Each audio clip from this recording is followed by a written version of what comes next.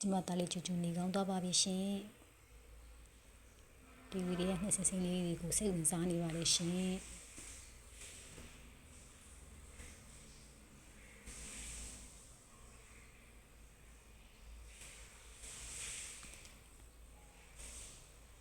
အကောင်ပလောင်ဖမ်းတာလည်းအရင်ဝါသနာပါပါတယ်ရှင်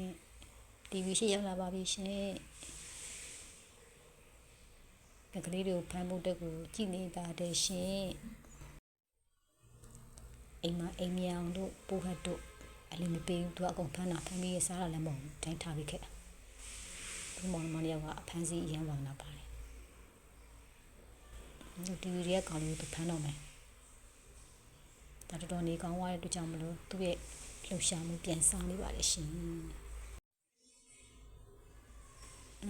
အောက်ကနေအားမရတော့ပါဘူးရှင်ကျိုးကလည်းစားလိုက်သေးတယ်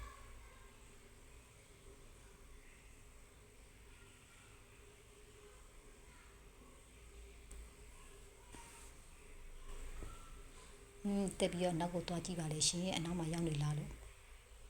အောက်ကနေလည်းကုန်းကြည့်ပါလေရှင်ပေါ်ကနေလည်းလမ်းကြည့်ပါလေရှင်ဘေးမှာလည်းရှိသလားလို့ကြည့်ပါလေရှင်အောက်ကိုလည်းလက်လန်းထိုးနေပါတယ်အကောင်တွေ့သလိုသူကဒီကောင်စစ်စစ်လေးတွေကိုသဘောကျတယ်လမ်းဖမ်းနေပါပြီတီဗီတက်လှုပ်နေပါပြီရှင်လက်ကလမ်းဆန်းကြည့်ပါလေရှင်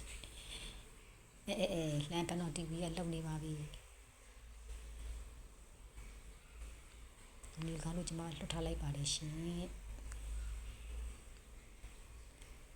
ဒီကောင်သွားတယ်ကျွန်မအရန်ဝမ်းသာလာပါပြီ